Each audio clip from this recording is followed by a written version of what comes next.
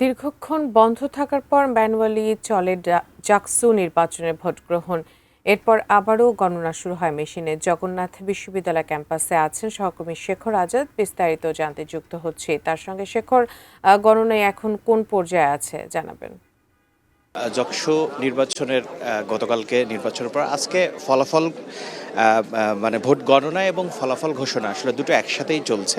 এই পর্যন্ত ৮টি কেন্দ্রের ফলাফল ঘোষণা করা হয়েছে, যেখানে হচ্ছে শিবির সমর্থিত যে ভিপি প্রার্থী রিয়াজ এবং হচ্ছে ছাত্রদল সমর্থিত যে ভিপি প্রার্থী রাকিব, এই দুইজনের খুবই হাড্ডাহাড্ডি লড়াই চলছে আসলে এই পর্যন্ত ৮টা কেন্দ্রে। যদিও এখন আরও অনেক 31টা কেন্দ্রের ফলাফল ঘোষণা বাকি, তবে এখন পর্যন্ত যে ৮টি কেন্দ্রের ফলাফল ঘোষণা করা হয়েছে সেই ঘোষণা অনুযায়ী শিবির এবং হচ্ছে ছাত্রদলের মাত্র ৬ ভোটের ব্যবধান হচ্ছে ছাত্র শিবির ৬ ভোটে এগিয়ে আছে। এছাড়া বাকি যে পদগুলো আছে যেমন জিএস এবং এজিএস, এখানেও শিবির এগিয়ে আছে।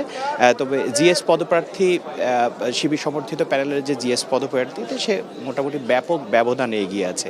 অন্যান্য পদগুলোতে একটু ব্যবধান বেশি, কিন্তু ভিপি পদপ্রার্থী যেই হচ্ছে তাদের ব্যবধানটা একটু কম।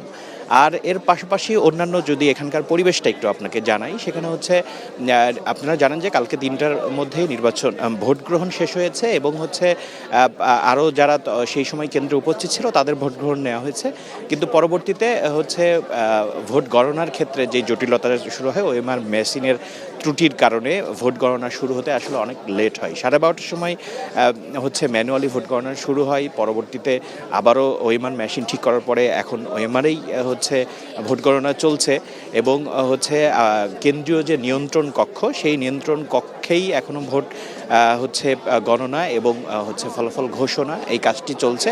এখানকার পরিবেশ হচ্ছে এখানে যারা প্রার্থীরা আছে, আপনারা জানেন যে টোটাল হচ্ছে 34টা পোস্ট, অর্থাৎ কেন্দ্রীয় ছাত্র সংসদ নির্বাচনে 21টা এবং হচ্ছে হল সংসদ নির্বাচনে 13টি, টোটাল 34টা পদের হচ্ছে বিপক্ষে কিন্তু 190 জন প্রার্থী রয়েছে।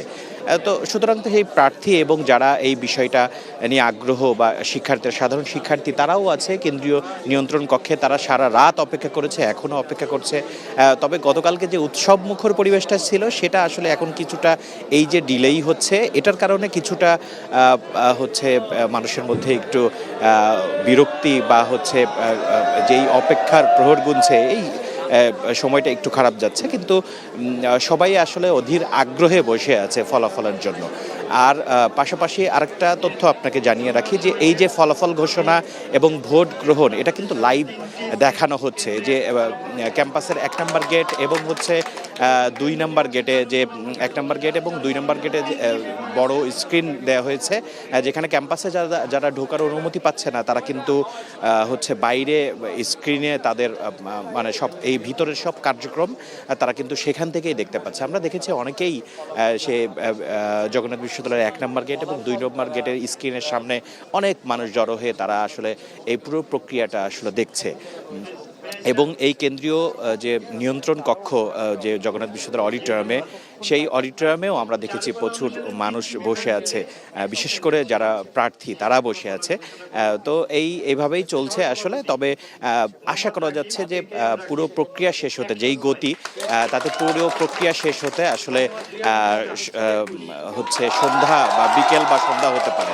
তো এই ছিল যক্ষু নির্বাচনের ভোট গণনার সর্বশেষ তথ্য আমার কাছে।